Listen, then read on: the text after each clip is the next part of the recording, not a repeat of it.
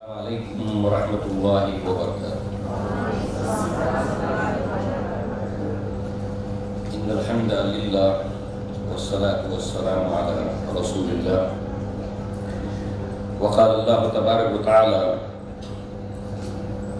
من عمل الشیطان فاجتنبوه لعلکم تفلحون۔ وقال رسول اللہ صلی اللہ علیہ وسلم نعمتان مغبون فیہما کثیر من الناس الصحت والفراغ۔ رب اشرح لی صدری ویسر لی امری واحلل عقدۃ من لسانی یفقہوا قولی۔ اللہم ارنا الحق حقا وارزقنا اتباعہ وارنا الباطل باطلا وارزقنا اجتنابہ، آمین یا رب العالمین۔ آج کے اس اجلاس کے مہمانان، اسکول کے طلبہ طالبات، جس مقصد کے تحت آج کی یہ مجلس منعقد کی گئی ہے، آپ واقف ہو چکے ہیں۔ اس کے اوپر زیادہ وقت صرف کرنے کی بجائے ہم اصل عنوان کی طرف آتے ہیں۔ قرآن مجید کی سورہ مائدہ کی ایک آیت کا حصہ آپ نے سنا، جس کے اندر اللہ تعالیٰ نے شراب، جوا، اس کا ذکر کرنے کے بعد فرمایا کہ یہ تمام کی تمام چیزیں من عمل الشیطان، یہ شیطانی عمل ہے۔ فاجتنبوہ، بس اس سے بچو، اس سے دور رہو، لعلکم تفلحون، تاکہ تم فلاح پا جاؤ، تاکہ تم کامیاب ہو جاؤ۔ اسی کے ساتھ میں نے اللہ کے نبی صلی اللہ علیہ وسلم کی ایک حدیث کو آپ کے سامنے پڑھا، جس میں اللہ کے نبی نے فرمایا کہ دو نعمتیں ایسی ہیں، نعمتیں تو اللہ نے بہت سی ہمیں دی ہیں، جس کے تعلق سے اللہ تعالیٰ نے فرمایا وَإِن تَعُدُّوا نِعْمَةَ اللَّهِ لَا تُحْصُوهَا، اگر تم اللہ تعالیٰ کی نعمتوں کو شمار کرو، اس کو کاؤنٹ کرو تو گر نہیں سکو گے۔ مگر ان تمام نعمتوں کو ایک طرف کر کے اللہ کے نبی دو نعمتوں کا ذکر کر رہے ہیں۔ اس سے معلوم ہوتا ہے کہ دو نعمتیں بہت خاص ہیں۔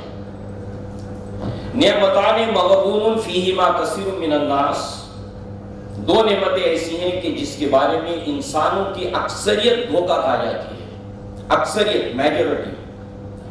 اکثریت کے تعلق سے علماء لغت، یعنی جو ڈکشنری کے علماء ہیں، وہ کہتے ہیں کہ اکثریت یعنی ختم ہونے کے قریب، بس اب ختم ہونے والا ہے، اس کو اکثریت کہتے ہیں۔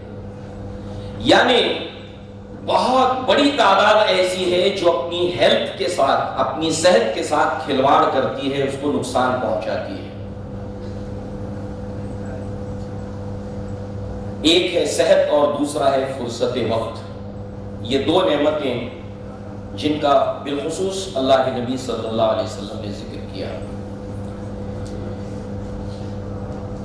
اگر میں آپ سے کہوں کیا آپ اللہ تعالیٰ کو مانتے ہیں تو آپ ہاتھ اونچا کریں جو مانتے ہیں۔ جی ٹھیک ہے۔ اگر میں آپ سے کہوں کہ کیا آپ اللہ کے رسول صلی اللہ علیہ وسلم کے اوپر ایمان رکھتے ہیں اللہ کے نبی کی حیثیت سے، آپ سب نے ہاتھ اونچے کیا۔ اب سوچ کے جواب دینا۔ اس کے بعد کیا آپ اللہ کی بات مانتے ہیں؟ ٹھیک ہے، ہاتھ اونچا رکھیے، ہاتھ اونچا رکھیے۔ اب ان میں سے جنہوں نے فجر کی نماز پڑھی ہے وہ صرف ہاتھ اونچا رکھے، باقی نیچے کریں۔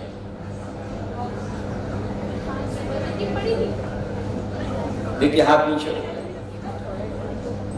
اس سے معلوم ہوا کہ ہم اللہ کو تو مانتے ہیں، اللہ کے رسول کو تو مانتے ہیں، مگر اللہ کی بات نہیں مانتے، اللہ کے رسول کی بات نہیں مانتے۔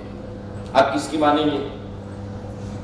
بہرحال یہ ہمارے لیے ایک سوچنے کا مقام ہے، لمحہ فکریہ ہے۔ اب آئیے، سب سے پہلے وہ قوم کہ جو جس کو تمام دنیا کی تہذیبوں نے رد کر دیا تھا، ریجیکٹ کر دیا تھا۔ علامہ اقبال نے اپنے خطوط کے اندر اس کا بڑے پیارے انداز میں نقشہ کھینچا ہے۔ اے عرب کی مقدس سرزمین، تجھ کو مبارک ہو، تو ایک پتھر تھی جس کو دنیا کے معماروں نے رد کر دیا تھا۔ دنیا کے معمار مراد بڑی بڑی تہذیبیں تھیں، ایران کی تہذیب تھی، فارس کی تہذیب جس کو کہا جاتا ہے، رومی تہذیب تھی، رومن ایمپائرز تھے، چائنا کی تہذیب تھی، بڑی بڑی تہذیبیں دنیا کے اندر تھی، مگر تمام تہذیبوں نے ان عربوں کو ریجیکٹ کر دیا تھا، رد کر دیا تھا۔ وجہ کیا تھی؟ دیکھیے، کوئی بھی قوم کسی قوم کی طرف آتی ہے، اس کو اپنے کالونی کے اندر شامل کرتی ہے، اس کی ایک وجہ یہ ہوتی ہے کہ وہاں سے وہ جو فوائد حاصل کرنا چاہتی ہے کہ نیچرل ریسورسز، قدرتی وسائل۔ اب عرب میں کیا قدرتی وسائل تھے؟ کچھ بھی نہیں، ریگستان تھا، ڈیزرٹ تھا۔ دوسرے چلیے کہ جس طرح سے فرعون نے بنی اسرائیل کو مین پاور بنایا تھا، ان سے مزدوری لیتا تھا، ان سے بیگار لیتا تھا، تو یہ قوم ایسی تھی کہ کسی کے قابو میں نہیں آتی تھی، تو لہٰذا ان کو لیبر یا مین پاور بھی نہیں بنایا جا سکتا تھا۔ سکندر اعظم، الیگزینڈر دی گریٹ یہاں سے گزرا، مگر ان کو چھوڑتے ہوئے گزر گیا۔ تمام قوموں نے ان کو ریجیکٹ کر دیا تھا، اور سورہ مریم کے اندر اس قوم کو کہا گیا قومن لدہ، جھگڑالو قوم، کسی کے قابو میں آنے والی نہیں، کسی کے کنٹرول میں آنے والی نہیں۔ یہ ایسی قوم تھی۔ اے عرب کی مقدس سرزمین، تجھ کو مبارک ہو، تو ایک پتھر تھی جس کو دنیا کے معماروں نے رد کر دیا تھا۔ نہ جانے کہ یتیم نے تجھ پر کیا افسو پڑ دیا کہ نہیں تہذیب و تمدن کی بنیاد تجھ پر رکھی گئی۔ دنیا کی تمام تہذیبیں اب اس تہذیب کے پیچھے ہو گئیں۔ ایسا کیا ہوا؟ تو آپ دیکھیں، اللہ کے نبی کی بعثت سے پہلے وہ قومیں ہر وہ کام کرتی تھی جو آج ہماری سوسائٹی کے اندر دیکھا جاتا ہے۔ ہر وہ کام، کوئی ایسا کام نہیں ہے جو اس سوسائٹی میں ہوتا تھا نبی کی بعثت سے پہلے جو آج ہماری سوسائٹی میں نہیں ہوتا ہے۔ جبکہ ہم کہتے ہیں ہم اللہ کو مانتے ہیں، اللہ کے رسول کو مانتے ہیں۔ اسی لیے میں نے کہا کہ کیا آپ اللہ کو بھی مانتے ہیں؟ کیا آپ رسول کو بھی مانتے ہیں؟ تو آپ نے کہا ہاں، مگر ان کی بات بھی مانتے ہیں۔ لہذا جعفر طیار نے نجاشی بادشاہ کے دربار میں کہا تھا، ایھا الملک، اے بادشاہ، کننا قوما اہل جاہلیہ، ہمیں جاہل قوم تھے، بتوں کی پرستش کرتے تھے، شراب پیتے تھے، نشہ کرتے تھے، ہر برے کام کی فہرست انہوں نے گنائی۔ مگر جب وہ اللہ تبارک و تعالیٰ پر ایمان لائے، اللہ کے رسول پر ایمان لائے، اس کے بعد ان کی زندگی کے اندر ایک ایسی تبدیلی آئی، ایسا انقلاب آیا کہ جس کا حالی نے نقشہ کھینچا۔ وہ بجلی کا کڑکا تھا یا صوت ہادی، عرب کی زمین جس نے ساری ہلا دی، نئی ایک لگن سب کے دل میں لگا دی، ایک آواز میں سوتی بستی جگا دی، بڑا ہر طرف گل یہ پیغام حق سے کہ جھوم اٹھے دشت و جبل نام حق سے۔ ایک زبردست تبدیلی ان کے اندر جو آئی ہے، کب؟ جب انہوں نے اللہ کی بات مانی، اللہ کے رسول کی بات مانی، دنیا پیچھے ہو گئی اور وہ دنیا کی قیادت کرتے ہوئے آگے ہو گئے۔ بس اب آپ دیکھیے کہ آج ہم کہاں کھڑے ہیں اور کیوں؟ اس کی وجہ کیا ہے؟ ایک مورخ کہتا ہے کہ تم مجھے کسی بھی قوم کے مستقبل کے تعلق سے اگر سوال کرو کہ اس کا فیوچر کیا ہے، میں تم کو ضرور بتاؤں گا۔ اس قوم کا مستقبل کیا ہے، اس کا بھوشیہ کیا ہے، میں تم کو بتا دوں گا۔ بس مجھے اس قوم کے نوجوانوں سے ملاؤ، میں ان سے بات کروں گا، گفتگو کروں گا اور بتا دوں گا ان کا کل کیا ہے۔ آ کے بتاؤں میں تجھے تقدیر امم کیا ہے، شمشیر و فنا اول طاؤس و رباب آخر، میں مستقبل ان کا بتا دوں گا تم کو کیا ہے۔ قرآن میں کتنی آیتیں ہیں جو نوجوانوں کے تعلق سے ہے، قرآن میں کتنی آیتیں ہیں جس کا تعلق نشے سے ہے، نوجوان اور نشہ۔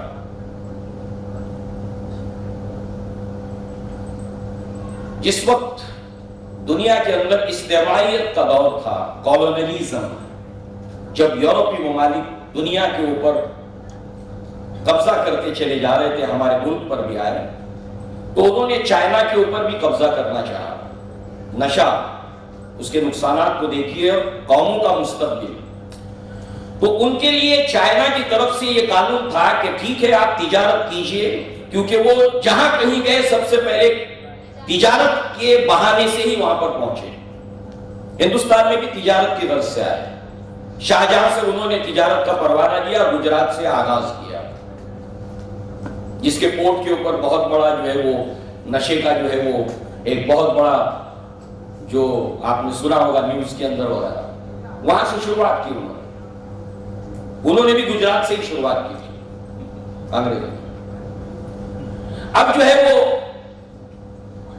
چائنا کے اندر بھی وہ جب تاجر کے حیثیت سے پہنچے تو قانون ان کے لیے یہ تھا کہ آپ آئیے، بندرگاہوں کے اوپر تجارت کا سامان فروخت کیجئے، جو خریدتا ہے خریدیے اور یہیں سے چلتے بنیے، شہر میں آپ ہمارے ملک کے اندر نہیں داخل ہو سکتے۔ کئی سالوں تک ان کے اوپر پابندی تھی، جانتے تھے۔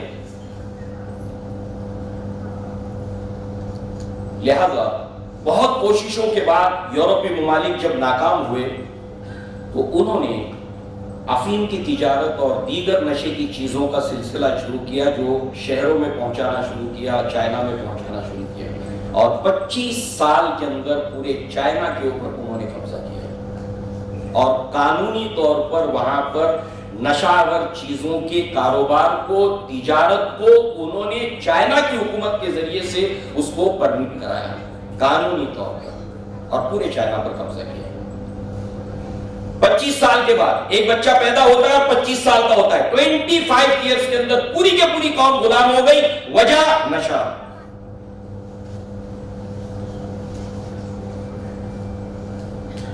چونکہ اس میں لڑکیاں ان کی بڑی تعداد ہے، تو آپ کہیں کہ نشے سے ہمارا کیا تعلق؟ آپ نے اگر نیوز دیکھا ہوگا، آج کی نیوز ہے، یہ واقعہ پرسوں ہوا ہے، لڑکی 18 سال سے کم عمر کی لڑکی ہے، پڑوس کے 3 شخص ہیں، 23 سال سے لے کر 35 سال تک 3 اشخاص ہیں، اور تینوں جو ہے وہ اس کو نشاور چیز پلا کر جو ہے وہ گاڑی میں لے گئے، اور جو بھی اس کے ساتھ نازیبہ حرکت کی۔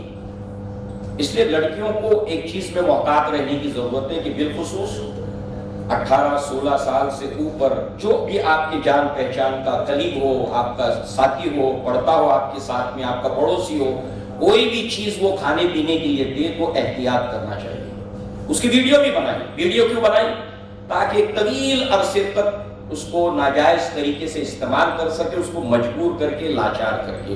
اللہ بہتر جانتا ہے کہ ہندوستان میں کتنی ایسی لڑکیاں ہیں جن کو نشہ دینے کے بعد، ان کی ویڈیوز بنانے کے بعد اب بھی پریشانی سے جھوج رہی ہیں کہ نہ ماں باپ کو بتا سکتی ہے، نہ سماج کو بتا سکتی ہے۔ ان میں سے کچھ لڑکیاں خودکشی کے راستے کو اختیار کرتی ہیں۔ یعنی آپ کو کتنا محتاط رہنے کی ضرورت ہے۔ کوئی اگر آپ کو کھانے پینے کی چیز آفر کرے یا کہے کہ چلو وہ کیا ہے آج کل جو ایک کلچر چلا ہے، حقہ پارلر، لڑکیوں میں سے کس کس نے اس کو ٹیسٹ کیا؟ تھوڑا ہاتھ اونچا کریں۔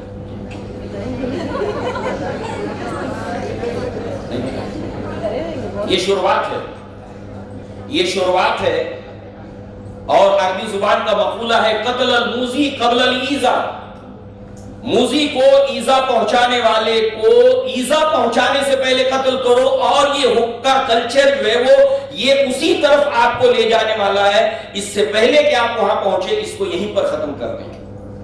آپ کہہ رہے ہیں فلیور ہے، اس سے منہ میں خوشبو آتی ہے، کچھ نہیں، یہ شروعات ہے۔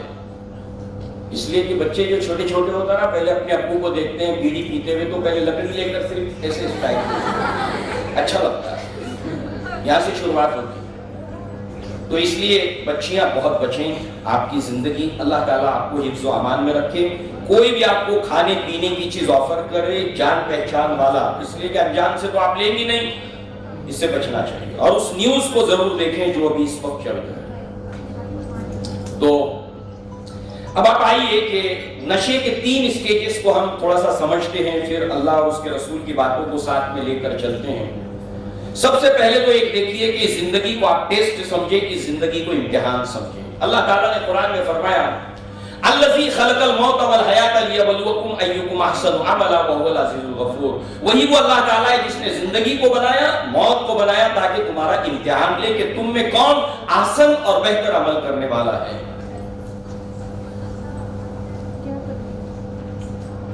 لہذا یہ امتحان ہے. اب کسی چیز کو آپ ویسا ہی نہیں لیتے جیسی وہ ہے تو دھوکہ کھا جاتا ہے انسان. اگر یہ امتحان ہے تو اس کو امتحان کے طور پر ہی لینا چاہیے. اب 3 گھنٹے کا پیپر دے رہے ایگزام ہال میں بیٹھ کے، آپ سمجھ رہے کہ ایگزام ہال نہیں ہے، میں کہیں اور ہوں. ظاہر سی بات ہے ایسا کوئی وہی شخص کر سکتا ہے جو نشے میں ہو. نہیں میں ایگزام ہال میں نہیں ہوں، میں تو تھیٹر میں ہوں. ناچنا شروع کر دے، کیونکہ وہ ایگزام ہال کو ایگزام ہال نہیں سمجھتے ہوئے اس کو تھیٹر سمجھ رہا ہے. تو دھوکہ ایسے ہی ہوتا ہے. تو یہ زندگی امتحان ہے تو آپ اس کو امتحان ہی سمجھیں. کلثوم ہستی میں تو ابھرا ہے مانند حباب، اس سیاہ خانے میں تیرا امتحان ہے زندگی. کلثوم بحر کلثوم، اس کے اوپر پانی کا بلبلا. یہ ہماری زندگی بہت مختصر ہے پانی کے بلبلے کی طرح سے، اور یہ بطور ٹیسٹ ہے، بطور امتحان ہے. پھر اس کو امتحان ہی سمجھے. اب امتحان کچھ دے کر لیا جاتا ہے. آپ کے نمبرات کم آئے، والد نے کہا نمبر کیوں کم آیا؟ تو آپ کہتے ہیں ابا میں نے تو پہلے ہی آپ سے کہا تھا کہ مجھے فلاں جگہ کلاسز لگائیے، آپ نے نہیں لگائی، نمبر کم آئے. معلوم ہوا کہ امتحان کچھ دے کر لیا جاتا ہے. ایسی اللہ تعالیٰ نے ہمیں بہت سی چیزیں عطا کی ہیں. ان میں جس چیز کے بارے میں ہم سے پوچھا جائے گا، اللہ کے نبی نے فرمایا لا تزول قدم ابن آدم حتی یسأل عن خمس. کسی بھی آدم کے بچے اور بچی کے پاؤں زمین سے ہل نہیں سکیں گے جب تک کہ 5 سوال کے جواب نہیں دے دیتا. کمپلسری، لازم، آپشن نہیں ہے، 5 سوال کے جواب دینا ہے. اور پاؤں تو زمین سے ہل بھی نہیں سکیں گے. اور جو لفظ یہاں پر آیا ہے لا تزالو، اسی سے زلزلہ بنا ہے، یعنی وائبریٹ بھی نہیں ہو سکتے. جیسے آپ کو ٹیچر سزا دیتی ہیں کھڑی ہو جائیے، آپ کھڑی ہو جاتی ہیں. آدھے گھنٹے سے کھڑی ہے تو پاؤں درد دیتا ہے، تو کبھی آپ لیفٹ پاؤں کے اوپر جو ہے وہ آرام لیتی ہیں، کبھی رائٹ کے اوپر آرام لیتی ہیں، کبھی پیٹھ کو آرام دیتی ہیں. مگر وہاں پر میکینزم یہ ہوگا کہ آپ اپنے پاؤں کو وائبریٹ بھی نہیں کر سکیں گے جب تک کہ 5 سوال کی جواب نہیں دے دیتے. نمبر 1 عن عمرہ فیما افناہ وعن شبابہ فیما ابلاہ وعن مالہ اینا اکتسبہ وفیما انفقہ وعن علمہ فیما عملہ. پوری زندگی کا حساب تو ہم نے تمہیں 50-60 سال کی زندگی دی تھی، اس میں حساب دو جوانی کا. وعن شبابہ، تم کو ہم نے جوانی دی تھی، اس کا حساب دو. اور نبی نے بھی جوانی کے بارے میں، صحت کے بارے میں بتایا کہ اکثر وہ خراب کر دیتے. اب یہ 5 چیزیں ہیں. دوسرے، اللہ تبارک و تعالیٰ نے ہمیں عقل دی ہے، دماغ دیا ہے. اور آپ کو معلوم ہے نشہ کرنے والے کے ساتھ جو بھی نقصانات ہوتے ہیں ان میں سب سے بڑا نقصان یہ ہوتا ہے اس کے اندر سے تمیز اڑ جاتی ہے، امتیاز اڑ جاتا ہے صحیح اور غلط کا. جبکہ اللہ تعالیٰ نے انسان کے اندر ایک ایپلیکیشن رکھا ہے فالہمہا فجورہا وتقواہا. انسان کے اندر ہم نے پوٹینشلی ان بلٹ تقوی اور فجور، برائی اور اچھائی، اس کو انسان کے اندر بالقوہ پوٹینشلی ہم نے رکھ دیا ہے. عقل دی اللہ تعالیٰ نے سوچنے سمجھنے کے لیے. اور نشہ کرنے والے کو سب سے بڑا نقصان جو ہوتا ہے وہ صحیح اور غلط کی تمیز اس سے اٹھ جاتی ہے. وہ کیا کہتا ہے اس کو خبر نہیں، صحیح ہے غلط ہے، اچھا ہے برا ہے. وہ کیا کرتا ہے اس کو تمیز نہیں، اچھا ہے برا ہے، صحیح ہے غلط ہے، تمیز اڑ جاتی ہے. یہ سب سے بڑا نقصان ہوتا ہے نشے کا. اسی لیے اللہ تعالیٰ نے فرمایا کہ وَلَا تَقْرَبُوا الصَّلَاةَ وَأَنْتُمْ سُكَارَىٰ. نماز کے قریب بھی مت جاؤ جب تم نشے کی حالت میں ہو، حتیٰ کہ تمہیں پتا چلے کہ تم کیا کہہ رہے ہو، کیا کر رہے ہو. انسان کو تمیز نہیں رہتی، امتیاز باقی نہیں رہتا. ایک چھوٹا سا گاؤں تھا، اس گاؤں کے اندر جو ہے وہ سارے کے سارے شرابی تھے. عورتیں بھی، بچے بھی، بوڑھے بھی، سبھی شراب پیتے تھے. بلکہ اس گاؤں کے اندر ایک پرتھا تھی، بطور لطفاً لطیفے کے طور پر ایک پرتھا تھی کہ جب بچہ پیدا ہوتا تھا تو اس گاؤں کا جو سب سے بڑا شرابی ہوتا تھا اس کے پاس اس کو لے جایا جاتا تھا اور وہ 2-4 قطرے شراب کے اس بچے کے منہ میں ڈال دیتا تھا. سب سے بڑا شرابی. جیسے ہمارے یہاں پر ایک سنت ہے تہنیک کی کہ جب بچے کی ولادت ہوتی ہے تو سب سے نیک انسان کے پاس اس کو لے جایا جاتا ہے ماں کا دودھ پینے سے پہلے، اور اس نیک انسان کے ذریعے سے چھوارا چبا کر اس کا پیسٹ بنا کر بچے کے منہ میں ڈالا جاتا ہے تاکہ یہ بچہ بڑا ہو کر نیک انسان بنے، اس نیک انسان کے اثرات اس کے اوپر ہوں۔ تو یہ بھی بڑا ہو کر بڑا شرابی بنے، اس کے لیے اس کے اندر سب سے بڑے شرابی کے ذریعے سے اس کے منہ میں شراب کے قطرے ڈالے جاتے تھے۔ اچھے اچھے لوگ آئے سدھارنے کے لیے ان کو، جیسے اب یہ بہت سے پروگرام ہوتے ہیں ہندوستان کے اندر نشہ مکتی کو لے کر، شراب مت پیو، نشہ مت کرو، شراب مت کرو، نشہ مت پیو۔ اس گاؤں کے اندر اچھے اچھے لوگ آ کر تھک کر چلے گئے، کوئی ان کو سدھار نہیں پایا۔ ایک آدمی آیا، کہا کہ میں ان کو سدھار دوں گا، میں نے اچھے اچھے گھوڑوں کو ٹھیک کیا ہے۔ اللہ کے بندے، وہ انسان ہے، گھوڑے نہیں ہیں۔ بہرحال اس نے اپنے سارے ساز و سامان کو نکالا، ٹیبل کے اوپر رکھا، ایک کانچ کا مرتبان، دوسرا کانچ کا مرتبان، پانی کی صاف شفاف ایک بوتل نکالی، کانچ کے مرتبان میں ڈالی، دوسرے اس میں سے شراب کی بوتل نکالی، دوسرے کانچ کے مرتبان میں ڈالی۔ ایک مرتبان کے اندر شراب ہے، ایک کے اندر پانی ہے۔ پھر اس نے مچھلیوں کا رنگ برنگی نیلی، پیلی، ہری چھوٹی چھوٹی مچھلیاں پانی کے اس مرتبان میں ڈالی، اور ایک پاؤچ کو مچھلیوں کے شراب کے مرتبان میں ڈالا۔ جو پانی کے اندر جو مچھلیاں تھی وہ تیرنے لگی خوشی خوشی، جو شراب کے مرتبان میں تھی وہ تیرتے تیرتے بالآخر مر کر بیٹھ گئی نیچے۔ اس نے کہا پتہ چلا ایمو کر کے معلوم ہوا، کچھ معلوم ہوا کہ شراب پینے سے کیا ہوتا ہے۔ اس میں سے ایک شرابی کھڑا ہوا، کہا کہ شراب پینے سے پیٹ کے کیڑے مر جاتے ہیں۔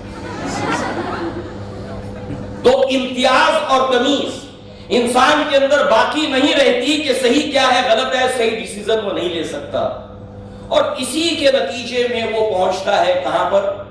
جرائم کی طرف، کرائم کی طرف۔ لہذا آپ دیکھیے جو نفسیاتی طور پر ہے، نشے کی بہت ساری تعریفیں کی گئی ہیں، ڈیفائن کیا گیا اس کو، میڈیکل کی دنیا کے لوگ الگ طرح سے کرتے ہیں، نفسیات کی دنیا کے لوگ الگ طرح سے کرتے ہیں، مگر آج کے پروگرام کی نوعیت کے اعتبار سے ہم اس کو ڈیفائن کرنے کی کوشش کریں گے کہ نفسیاتی طور پر ایک ایسا انسان جو نشہ کرتا ہے اور خود یہ محسوس کرتا ہے، اس کو فیل ہوتا ہے کہ مجھے بہت اچھا لگ رہا ہے، اس کا دوست اس کو کہتا ہے یار پی، سگریٹ ہے پی لے، کہا نہیں میں نہیں پیتا، کہا ارے کیسا مرد کا بچہ ہے۔ کیا کبھی آپ نے پلٹ کر اس کو یہ جواب دیا ہے کہ اگر تو مرد کا بچہ ہے تو مجھے سگریٹ چھوڑ کر دکھا؟ چیلنج کرتا ہوں میں، اگر مرد کا بچہ چھوڑ دیتا۔ چونکہ نوجوانوں میں ایگو ہوتا ہے، وہ فوراً ان کے اندر آ آتی ہے، اچھا لاؤ پی کر دکھا دو۔ لہذا جو ہے وہ یہاں پر جو ہے وہ یہ جو نشہ ہے وہ اچھا محسوس کرنے لگتا ہے، شروع کے اندر خوشی محسوس کرنے لگتا ہے، جو آرٹیفیشل ہوتی ہے، جو بناوٹی ہوتی ہے۔ اب یہ نشہ کئی طریقے سے ہوتا ہے، کھا کر ہوتا ہے، پی کر ہوتا ہے، سونگ کر ہوتا ہے، انجیکٹ کر کے ہوتا ہے، کئی طریقے سے ہوتا ہے۔ اب وہ اچھا محسوس کرنے لگتا ہے، اس کو نفسیات کی زبان میں کہتے ہیں نشہ۔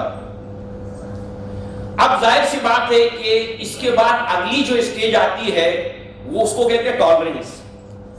اب ظاہر سی بات ہے آپ کو اس سے خوشی مل رہی ہے، مجھے بہت اچھا فیل ہو رہا ہے، دم مارو دم مٹ جائے غم، اب اس کو اچھا لگ رہا ہے، مزہ آ رہا ہے اس کو۔ اب جب مزہ آ رہا ہے تو پھر کیا ہوتا ہے کہ پھر جب اس کو مزہ لینا ہوتا ہے تب وہ نشے کی طرف جاتا ہے۔ اب یہ ہوتا ہے کہ اس کو زیادہ مزہ لینا ہے تو زیادہ نشہ کرنا پڑے گا، اور اس کی جو باڈی ہے، اس کا جو جسم ہے ایسا عادی ہو جاتا ہے کہ اب چھوٹے نشے سے اس کا کام نہیں چلتا۔ اس لیے بڑی حکمت والی بات اللہ کے نبی نے بتائی کہ جس کی کم مقدار نشہ پیدا کرے اس کی بڑی مقدار حرام ہے، یعنی کم سے زیادہ کی طرف وہ بڑھنے لگتا ہے، سیکنڈ سٹیج کے اوپر اس کے اندر ٹالرنس پیدا ہوتا ہے اور نشہ کرتا ہے، اس کو اور اچھا لگتا ہے۔ اب اس کو اچھا لگنے کے لیے نشے کی مقدار کو بڑھانا پڑتا ہے، اور اس طرح اس کی صحت دھیرے دھیرے اندر سے جواب دینے لگتی ہے۔ تیسری سٹیج وہ آتی ہے کہ جب وہ ایڈکٹڈ ہو جاتا ہے، اب اس کے بغیر اس کا کام نہیں چلتا۔ اب یہاں سے شروعات ہوتی ہے کہ جب اس کو نشہ کرنا ہے تو اس کے لیے ضرورت ہے پیسوں کی، اور پھر وہ یہاں سے جرم کی طرف بڑھنے لگتا ہے نشہ کرنے کے لیے۔ اسی لیے اللہ کے نبی نے فرمایا کہ شراب کو ام الخبائث قرار دیا، یعنی تمام خباثتوں کی، تمام گناہوں کی، تمام برائیوں کی یہ ماں ہے، یہ جننی ہے۔ یہ ساری برائیوں کو جنم دینے والی ہے. پھر دھیرے دھیرے وہ نشے کے ذریعے سے ان برائیوں کی طرف آگے بڑھنے لگتا ہے. لہذا جو ہے وہ پھر چوری کرنا گھر کے اندر، پھر دوستوں کے ساتھ مل کر چوری کرنا، ڈاکے ڈالنا، بڑے بڑے جرائم کرنا، حتیٰ بالخصوص نوجوان ینگسٹر. سنیں آپ میں سے کتنے لوگوں نے داستان ایمان فروشوں کی سلطان صلاح الدین ایوبی کی زندگی پر 5 جلدوں کے اوپر یہ ناول جو ہے وہ پڑھی ہے؟ ذرا ہاتھ اونچا کریں نوجوان ینگسٹرز. نہیں، دیکھیے کہتے تاریخ اپنے آپ کو دہراتی ہے. اس دور کے اندر جو ہے وہ نوجوانوں کو ایسا نشہ پلایا جاتا تھا، یہ ایک سچائی ہے، کہ جس کے ذریعے سے وہ لوگ اپنے آپ کو آسمان میں محسوس کرتے تھے. نشہ کی 3 قسم کا ہوتا ہے. ایک جو انسان کو ڈل کر دیتا ہے، ایک جو اس کے اندر ہیجان پیدا کرتا ہے، اس کے اندر جوش کو بھر دیتا ہے، اور تیسرا نشہ ہے کہ اس کو لگتا ہے کہ میں آسمان میں ہوں. اس طرح کے نشے جو ہے وہ سلطان صلاح الدین ایوبی کے زمانے میں جو ہے وہ کرائے جاتے تھے دشمنان کی جانب سے. اب وہ نشے کی حالت میں ان کے سامنے خوبصورت لڑکیوں کو لایا جاتا تھا، کہا جاتا کہ تم عارضی جنت میں ہو، یہ حور ہے، یہ جنت ہے. اب اس کے بعد اس کو لے جا کر شہر میں پھینک دیا جاتا تھا. وہ جب نشہ نہیں ملتا تھا وہ بے چین ہوتا تھا. کہتے تھے کہ اگر اب تمہیں دوبارہ اس جنت میں جانا ہے تو تمہیں یہ کام کرنا پڑے گا، یہ کام کرنا پڑے گا. اس طریقے سے نوجوان غلط راہوں پہ جاتے. یہ آج بھی ہو رہا ہے. تاریخ ریپیٹ اٹ سیلف. کوئی آپ کو اس طرح نشے کے ذریعے سے غلط راہوں پر نہ لے جائے جس کی وجہ سے آپ کا، آپ کے خاندان کا، آپ کی قوم کا نام بدنام ہو. کرے دو اور بھرے پوری کے پوری قوم. اس لیے نوجوانوں میں بہت محتاط رہنا ہے لڑکوں کو اس معاملے میں لے کر کہ ان 3 سٹیجز کے اندر پہلے ہی راستے کے اوپر آپ نے قدم نہیں رکھنا ہے، برائی کے راستے کے اوپر. اس لیے کہ لمحوں نے خطا کی ہے، صدیوں نے سزا پائی ہے. ایک قدم آپ غلط اٹھائیں گے، آپ کو پھر صرف آپ کو نہیں بلکہ آپ کی پوری فیملی کو نقصان اٹھانا پڑے گا. اب بالخصوص میں بچیوں سے کہوں گا، ہندوستان کے اندر جو ہے وہ ایک تحریک چلی تھی، نان کوآپریشن موومنٹ، تحریک عدم تعاون. کوآپریٹ نہیں کریں گے انگریزوں سے. جانتے ہیں جیسے چائنا میں وہ نشہ لے کے گئے تھے، ایسے ہندوستان میں بھی وہ نشہ لے کر آئے تھے. ٹارگیٹ تھا ینگسٹرز. ہمارے ملک کے اندر تو یوتھ منسٹری نہیں ہے، مگر دنیا کے اندر جتنے ترقی یافتہ ممالک ہیں آپ دیکھیں گے ڈیولپ کنٹری سے، انہوں نے اپنے ملک کے اندر یوتھ منسٹری بنایا ہے. ان کے اوپر فوکس کرتے ہیں کہ ان کو سنبھالا جائے، کہ یہی ہمارے قوم کا آنے والا کل کا مستقبل ہے. آپ سمجھیے بات کو، تاریخ کے حوالے سے سمجھیے. لہذا جو ہے وہ گاندھی جی نے 6 نکاتی پروگرام بنایا. یہ تو ٹیپو سلطان نے بھی بنایا تھا انگریزوں کے خلاف، اس کو ریپیٹ کیا گاندھی جی نے. مولانا ابوالکلام آزاد نے اس پالیسی کو بنانے میں ان کی کافی مدد کی تھی. ان میں ایک پوائنٹ تھا شراب بندی کی مہم. تو گاندھی جی نے شراب بندی کی مہم میں حصہ لیا تھا، تو ان میں سب سے زیادہ پارٹیسپیٹ کرنے والے کون تھے؟ لڑکیاں اور عورتیں تھیں. لڑکے کیوں نہیں تھے؟ کوئی لڑکی جواب دے گی؟ خود ہی نشہ کرتے ہیں. نشہ کرتا ہے گھر کے اندر کوئی آدمی، مگر گھر کے اندر ماں کی صورت میں، بیٹی کی صورت میں، بیوی کی صورت میں، بہن کی صورت میں جھیلنا پڑتا ہے ان 4 عورتوں. سب سے زیادہ تکلیف اور کرب سے گزرتی ہیں یہ. اور اس نسبت سے جو ہے وہ گاندھی جی نے یہ موومنٹ جب شروع کیا تو عورتوں نے بھرپور ان کا ساتھ دیا، اور یہ تحریک پورے ہندوستان کے اندر ایک تہلکہ مچا گئی. یعنی اس کے ذریعے سے میں آپ سے یہ کہنا چاہتا ہوں کہ آپ کو توجہ دینی ہے اپنے گھر کے اوپر، بہن کی صورت میں، بیٹی کی صورت میں. دوسری طرف جس وجہ سے نشے کی طرف انسان جاتا ہے اس کے لیے ایک وجہ ہوتا ہے فیملی، گھر. اور آپ گھر میں رہتی ہیں، گھر میں دیکھتی ہیں کیا ہوتا ہے. آپ کو کہتے ہیں بیٹا جاؤ جا کر بیڑی لے کر آؤ، جاؤ سگریٹ لے کر آؤ. دوست احباب آ گئے، سگریٹ پی جا رہی، بیڑی پی جا رہی، پھر آدھی بجھا کر پھینک دی ادھر پہ. یہاں سے لڑکا جو ہے وہ پینا شروع کرتا ہے، والد کو دیکھ کر، بڑے بھائی کو دیکھ کر. میں لڑکوں سے صرف پوچھوں گا کہ کیا آپ اتفاق رکھتے ہیں اس کے اوپر؟ یہ مت کہیے کہ ہاں میں نے اپنے والد سے سیکھا یا میں نے اپنے بھائی سے سیکھا. یہ نہیں.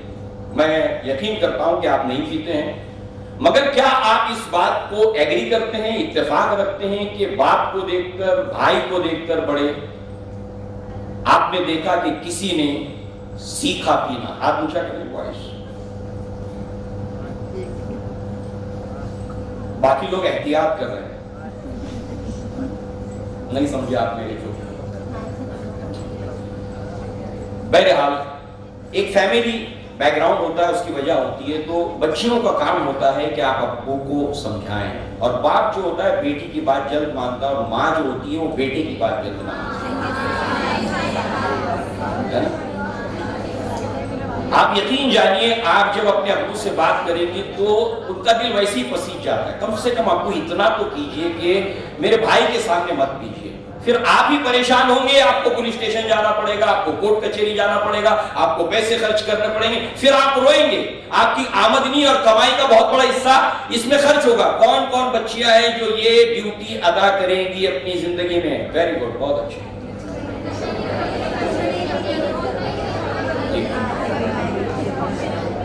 کیوں جانتے ہیں؟ کیونکہ ہر مسلمان کے اوپر یہ ذمہ داری ہے امر بالمعروف اور نہی عن المنکر۔ اللہ کے نبی نے فرمایا فمن رأى منكم منکرا فلیغیر بیدہ فإن لم یستطع فبلسانہ فإن لم یستطع فبقلبہ ذلک اضعف الایمان۔ تم میں سے کوئی بھی انسان جب کسی برائی کو دیکھے تو اللہ نے اگر اس کو طاقت دی ہے تو ہاتھ سے روکے، کوئی اس کو پوزیشن دی ہے، کوئی پوسٹ دیا ہے، کوئی عہدہ دیا ہے، وہ اپنے اس عہدے کا طاقت کا بھرپور استعمال کر کے اس کو روکے، قانون کے دائرے میں رہتے ہوئے۔ اگر اللہ تبارک و تعالیٰ نے اس کو طاقت نہیں دی ہے، کچھ نہیں کر سکتا، ہیلپ لیس ہے، زبان سے بولے، بائی فورس نہیں بول سکتا تو پیار سے بولے، نصیحت کرتے ہوئے بولے، اگر اتنا بھی نہیں تو کم سے کم دل میں برا جانے، یہ ایمان کا سب سے کم درجہ ہے۔ لہذا جو ہے وہ دوسری مثال، یہ آزادی کے بعد آندھرا پردیش کے اندر ایک ویلیور ڈسٹرکٹ ہے جس کے اندر دوبا گنٹی نام کا چھوٹا گاؤں ہے، وہاں پر ایک واقعہ ہوا تھا۔ واقعہ کیا ہوا تھا؟ جیسے تہوار وغیرہ ہوتے ہیں اس کے اندر لوگ نشہ کرتے ہیں، جو کہتے ہیں نا پینے والے کو صرف بہانا چاہیے ہوتا ہے، خوشی ہے، خوشی میں کیا سیلیبریٹ کریں؟ نشہ کریں، دکھ ہے، غم ہے، ٹینشن ہے، کیا کریں؟ ایک ہی راستہ، شراب یا نشہ۔